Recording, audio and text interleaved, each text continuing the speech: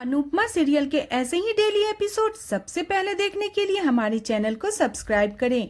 आज के एपिसोड की शुरुआत में डांस प्रोग्राम शुरू होता है। सरिता और बाकी महिलाएं खुशी से डांस करती है।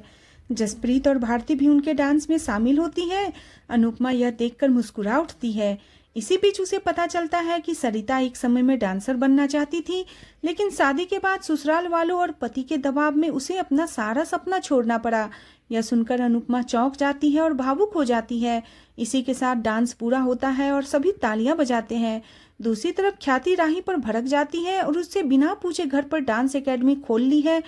पराग ख्याति से पूछता है आखिर राही के हर फैसले से उसे दिक्कत क्यों है। राही घर के बाहर जाए तो दिक्कत, घर में डांस कर रहे हो तो दिक्कत। पराग ख्याति से साफ पूछता है आखिर आपकी प्रॉब्लम क्या है, क्या राही की मर्जी और खुशी कुछ भी नहीं है। ख्याति कहती है बहू हर काम अपनी सास से पूछकर करती है। पराग कहता है बहू और गुलाम में फर्क होता है, यह बात हर सास को समझना जरूरी है। पराग पूरी तरह से राही के पक्ष में खड़ा होता है। ख्याति और पराग के बीच बहस हो जाती है। पराग कहता है कि गलत बात के लिए मैं कभी नहीं मानूंगा। अगर आपकी जगह मुझे मोटी बा भी रोकती तो भी मैं नहीं मानता। मैं सिर्फ अपनी बेटी की खुशी देखूंगा। तभी माही सवाल उठाती है अगर हर कोई यूं ही घर में आएगा तो उनकी प्राइवेसी का क्या होगा। प्रेम माही से कहता है हम बेवकूफ नहीं है, हमने स्टूडेंट के लिए एक अलग एंट्रेंस का एग्जाम के इंतजाम किया है। ख्याति कहती है यह सब बातें आप मोटी बा को समझाना। यह कहकर वह चली जाती है। दूसरी तरफ जसप्रीत नेशनल डांस कंपटीशन के बारे में बताती है। अनुपमा को यह भी पता चलता है कि जसप्रीत का भी डांसर बनने का सपना था। जसप्रीत अपने सपने की कहानी बताती है। भारती कहती है हर औरत में एक डांसर छुपा होता है। जसप्रीत नेशनल डांसिंग कंपटीशन की बात करती है और कहती है कि वह चाहती है कोई बड़ा कोरियोग्राफर उसे ट्रेंड करे ताकि वह जीतकर अपने सपनों को पूरा कर सके।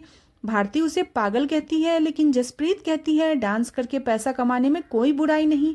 अनुपमा यह सुनकर थोड़ी परेशान होती है। जसप्रीत और भारती कंपटीशन की प्राइज मनी देखकर खुश होती है जो कि 10 लाख होती है। दूसरी तरफ राही अनुज की तस्वीर से बात करती है और कहती है कि उसे अपनी डांस एकेडमी को लेकर बहुत खुशी हो रही है। वह अनुज को याद करके भावुक हो जाती है। प्रेम आकर उसे सांत्वना देता है।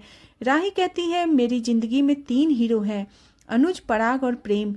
राही बताती है कि मैंने कभी नहीं सोचा था कि पराग पापा मेरे साथ इतना अच्छा और स्पेशल रिश्ता उनका मेरे साथ बनेगा। राही खुश होती है और कहती है अगर अनुज होते तो वह बेहद खुश होते।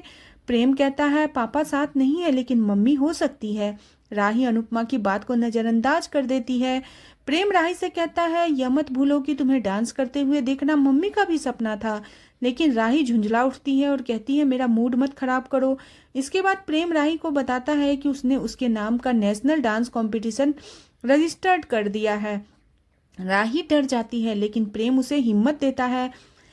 राही उसे गले लगाती है और बेहद खुश होती है। दूसरी तरफ डांस अनुपमा कर रही होती है। अनुपमा खुलकर डांस करती है और मनोहर जी उसे देख रहे होते हैं।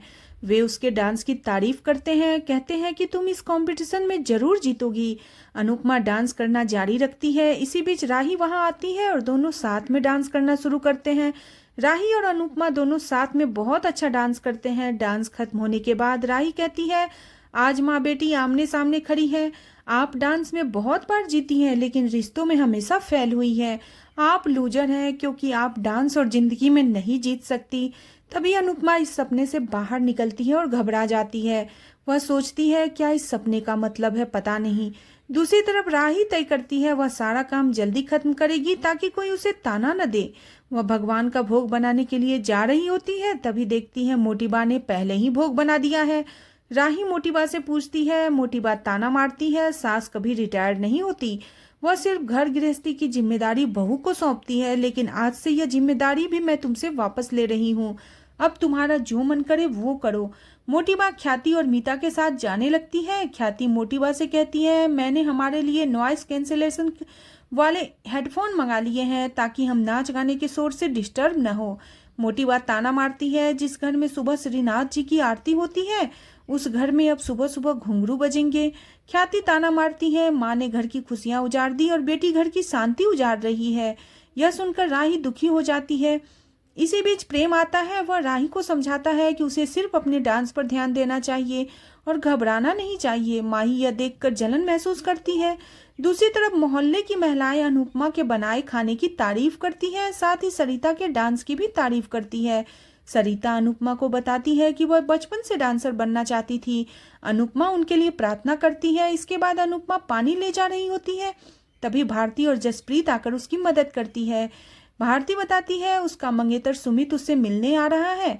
यह जानकर अनुपमा बेहद खुश होती है। भारती कहती है, मैंने सुमित से कहा है, अगर वह आपको पसंद नहीं आए तो रिश्ता कैंसिल हो जाएगा। जसप्रीत मजाक में कहती है, हमारी तरफ से ना है। भारती घबरा जाती है। जसप्रीत और भारती बीच में मजाकिया नोकझोंक कर लेती है।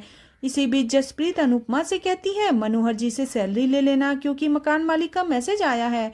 वह कहती है, अगर किराया नहीं दिया तो हमारे सर से छत चली जाएगी। इतना सामान लेके हम कहाँ जाएंगे। भारती भी कहती है, हमारे पास भी इतने पैसे नहीं है, नहीं तो आपसे बात नहीं करते। आप बात को समझिए। अनुपमा सहमत होती है। भारती और जसप्रीत के जाने के बाद अनुपमा सोचती है, मनोहर जी मेरा फोन ही नहीं उठा रहे, मैं उनसे सैलरी कैसे मांगू। अनुपमा को बाबूजी की याद आती है। वह उनसे बात करने का फैसला करती है। दूसरी तरफ लीला बाबूजी से पूछती है, आपको पहले से ही पता था कि अनुपमा कहाँ है, लेकिन आपने मुझे नहीं बताया। बाबूजी कुछ नहीं बोलते तो लीला उनसे जवाब मांगती है। बाबूजी कहते हैं, अगर मुझे पता होता तो क्या मैं 8 महीने उससे दूर रहता। लीला कहती, क्या आपको सच में पता नहीं है या आप मुझे बताना नहीं चाहते। बाबूजी कहते हैं, वनराज को गए हुए कई साल हो गए, लेकिन अगर कोई कहे कि वह इस दुनिया में नहीं है तो क्या तुम मान लोगी। मैं कैसे मान लूं, अनुपमा इस दुनिया में नहीं है। लीला कहती है, यह सच भी तो हो सकता है, क्योंकि 8 महीनों से अनुपमा की कोई खबर नहीं आई है। बाबूजी गुस्से में कहते हैं, खबर नहीं आई इसका मतलब यह नहीं कि उसका नकली डेथ सर्टिफिकेट बनवा लो। लीला और बाबूजी में बहस हो जाती है। बाबूजी साफ कहते हैं, इन पैसों पर हमारा कोई हक नहीं। अगर तुम लोगों को अनुपमा से मोह नहीं तो उसके पैसों से इतना मोह क्यों है। इसी बीच किंजल आती है और उनका आशीर्वाद लेती है। वह बताती है कि आज उसकी जॉब का पहला दिन है। लीला उसे दही शक्कर खिलाती है। किंजल कहती है कि मम्मी जहाँ भी है हमारे लिए प्रार्थना करती होगी।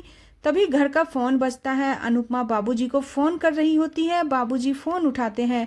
बाबूजी की आवाज सुनकर अनुपमा भावुक हो जाती है और कहती है, आपकी बहुत याद आ रही है। वह पूछती है, सब बच्चे कैसे हैं। बाबूजी कहते हैं, मैं तुम्हें कुछ बताना चाहता हूँ। अनुपमा हैरान होकर पूछती है, क्या हुआ।